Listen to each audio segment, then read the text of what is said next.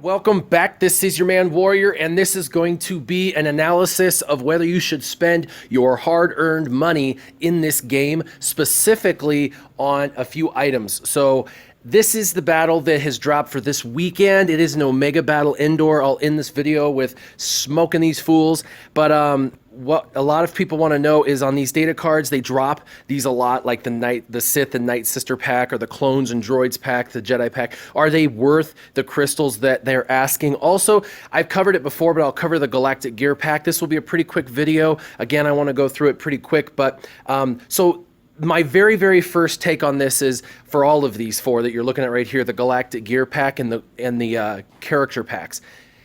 If you have money and you have a lot to drop, i.e. you're willing to drop $100 to progress in this game, and you're willing to do that frequently, like once a month, then these packs may have some value for you.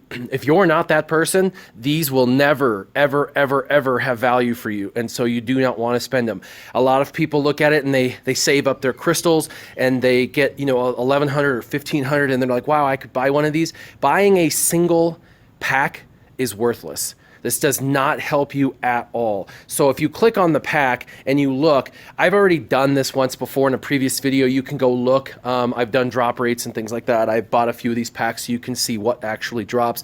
They were improved, and then I did a video after the improved drop rate. And again, they're still not worth it. So the credits that they give you are equal to almost about 500 crystals worth. So you're getting about 500 crystals of credits. The ability mat you get, you'll probably get a single Mark 1 or Mark 2. Those are worthless. So you can get a billion of those throughout the game through your lifetime of playing. So those are worthless. So really all you're doing is you're spending about 700 crystals to get a random assortment of the characters that you're looking at. Now, if you're totally sold out on droids and totally sold out on clones, and you have $100 burning a hole in your pocket, then you would want to buy this pack 10 times. It does have a limit of 10 purchases, and you would have to purchase all 10 really, because you're only going to get 20 to 30 shards on the drop rate. Now it says you'll get 14 to 70, but you'd be lucky to get between 20 to 30. So let's just be very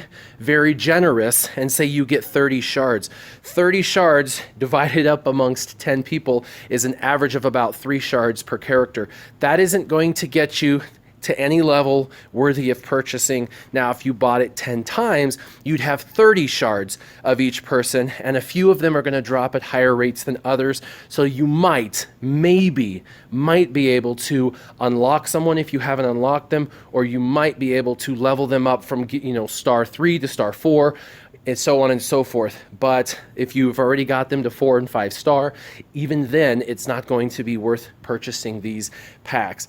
So again, my overall impression is don't do this. If you're a mega whale, and I mean someone who drops $100 a week, $100 a month, then maybe, if you're super sold out on these characters. Otherwise, everybody else, save your crystals, as this is not worth it.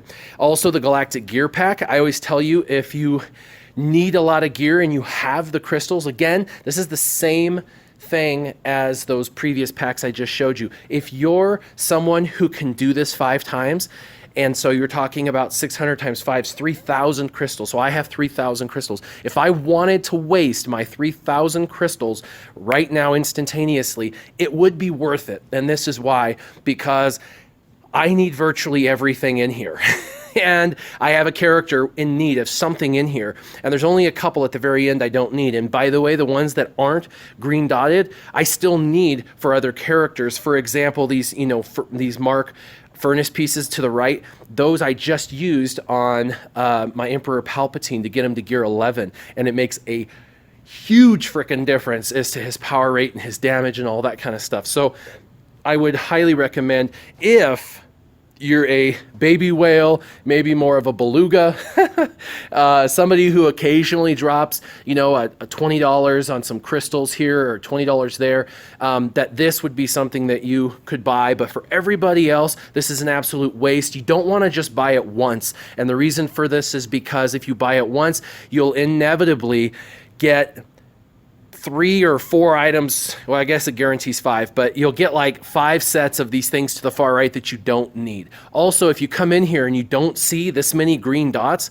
and you see virtually no green dots, that means that currently you don't have any characters in need of any of these items, and it would probably behoove you to wait until you actually need these items to purchase these items in game. So my overall impression is, unless you're like a whale that it can drop 3,000 crystals in one day, no problem, then I would say don't do this. But I have a couple of times done this where I spent 3,000 crystals, and I can tell you, after I did it, I was able to upgrade a number of characters, gear sets, to where I was wanting to get them, and it was pretty nice to be able to get some of that hard farmable gear.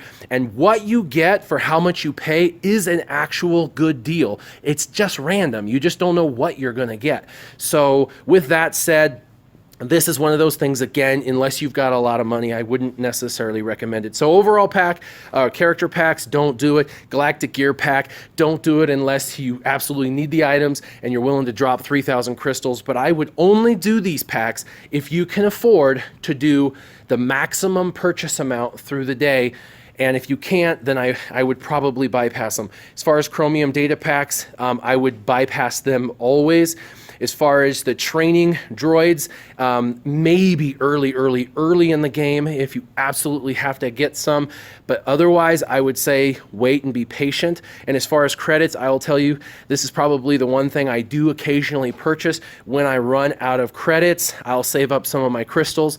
I get 650 a day or whatever from earning in the game, and so I can buy one of these a day if I needed to, and I normally don't, but you definitely, it is something that would be worthwhile. So there's some credit items or some crystal items, and to whether to buy them or not. Let's go ahead really quick and end this video out with a battle. I have not done my Rogue One today, which is obviously an easy level. And by the way, I got Han Solo to gear level 11. I've got I think 1 or 2 more gear pieces to put in, and I've got to omega his abilities, and then I want to do a video on him. He's definitely really fun to play now. He's got a good counter chance about 1/3 of the time, but he just did countered twice in a row there. So, and he gets turn meter based on his crit chance when he uses one of his abilities and stuff. So I will make sure I do a video on him. I do want to see, I know that this Omega battle will be easy. And again, the possible rewards are going to be credits, and then ability mats, and then the Omega material, and the required units. It shows you who you can bring in here. And you can see there's a few of them I don't have leveled up, but I've got plenty of characters. So this will be fun because I pretty much never get to use some of these characters. So we'll do Emperor, and let's do IG, and we'll do the IGs. We'll do the 88 and the 86. I don't ever use my droids.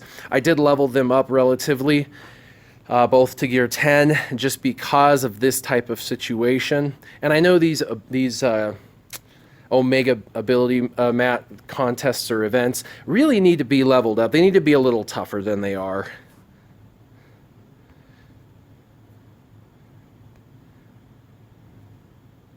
Because they make this obviously way too easy.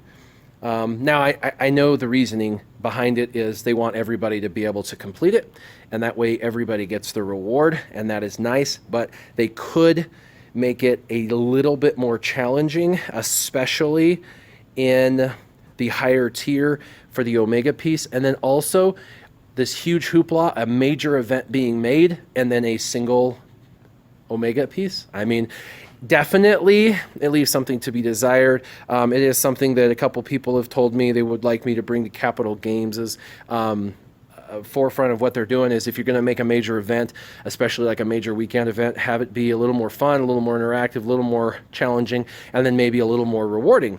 And I would have to say that I completely agree, and I will definitely mention that next time I see them next week, and let them know that these events, while they are unchallenging, and that is okay to keep them on the relatively easier side, that at least the levels as you go up should get a little bit more difficult and maybe a little bit more rewarding. They do listen, by the way, to us when we tell them what we want and like. They definitely listen. They make pretty much all their changes in game based on what's working, what's not working, and what we like and what we don't like. So, definitely always make sure you're providing feedback to Capital Games. The forums are a great place to access Jesse and let him know what your thoughts are. Now, I will tell you, you should always be constructive with your criticism. If you just bash the game, you're probably not going to get any traction. Oh, look at that. A level 70 Han Solo who shot first. How fun. Unfortunately, they don't last long. But, yeah, I think if you come in here and you're brand new, you probably wouldn't even be high enough level to qualify. But yeah, I do it twice. I'll pay for one refresh. Obviously, 200 crystals for one of those Omega pieces to me is worth it. Not everybody, that's the case. So I will go ahead and go through this one more time. It would be nice, though, to be able to do this enough to get like maybe 3 Omega pieces. I think that would be nice. And then if you're going to make it a little more difficult, make it a little more difficult in who we have to go against. Just beef them up a little. They don't have to be this easy. But beggars can't be choosers, so I will say that they're creating events every weekend that give us Omega pieces, so maybe we should be thankful for that. There's always room for improvement, but I'm happy that they're giving us extra opportunities to get credits, ability mats, and Omega pieces. That is definitely nice to get those things.